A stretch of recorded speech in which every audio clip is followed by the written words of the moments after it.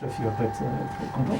La formation, en fait, vous avez sur le site de nos gens sur scène une unité qui s'appelle UFPI, unité de formation et de production ingénierie.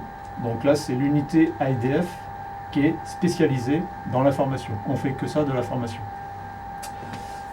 Mais donc nous, notre rôle, c'est de développer, de préparer et d'animer les formations. Par contre, sur le site, le CNPE, il y avait des agents pour prévoir les budgets pour la formation, tout ce qui est la partie administration, planification. Ils nous ont rassemblé les deux entités dans un même service, qui est le service commun de formation, où on est environ 25-30 personnes. Et notre job, c'est de répondre à la demande du site par rapport à la formation.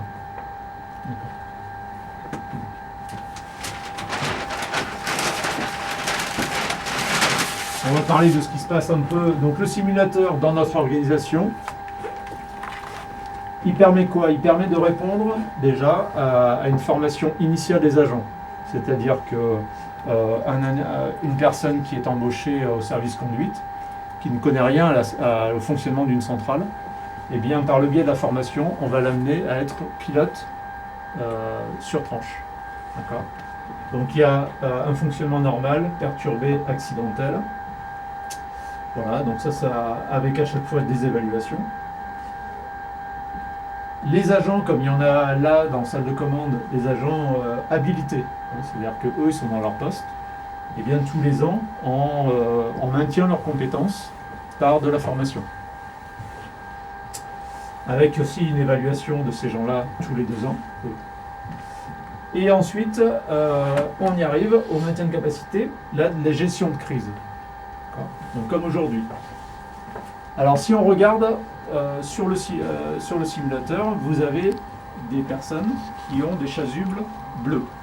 Par exemple, là au milieu, on voit une personne, c'est PCL1 qui nous tourne le dos là, avec sa chasuble.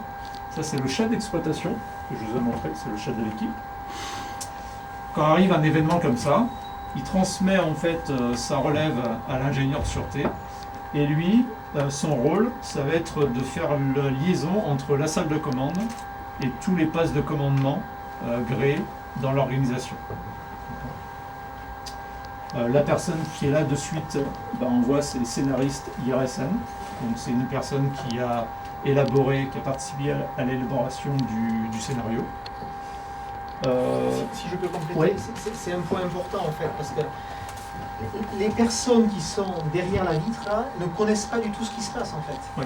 Et donc vous avez en temps réel en fait la personne, le scénariste, qui a établi un scénario, mais suivant ce que vont faire les gens qui sont derrière, il faut adapter en fait. Il faut adapter en temps réel. Et donc cette personne en fait, en temps réel, elle réécrit en fait, elle peut être amenée à réécrire le scénario.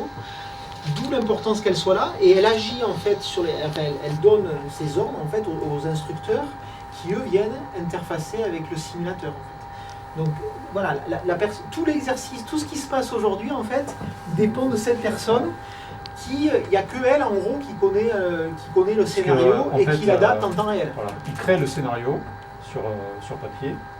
Ils viennent sur simulateur le tester. Donc là on prend une équipe de quart et une seule où on teste avec eux, on élabore le scénario. Quand tout est ficelé, le jour J, donc c'est d'autres équipes de quart qui viennent pour piloter le scénario, et cette personne-là, elle s'adapte. En fait, si jamais le jour J, il y a des choses qui ne sont pas conduites comme lors de l'entraînement, et bien elle va se réadapter à la situation. Les gens peuvent être plus rapides, par exemple, ou il y a 2 possibilités, ils choisissent une des 2. Vous voyez, là-bas il y a une personne qui a une chasuble jaune, c'est pas un gilet jaune, on voit observateur dessus. Donc il y a aussi, dans notre organisation d'exercice, il y a des gens qui observent. Donc là, elle doit observer certainement une fonction, et puis elle va regarder si cette fonction, elle est dans le respect de ce qu'on attend de la fonction. Merci.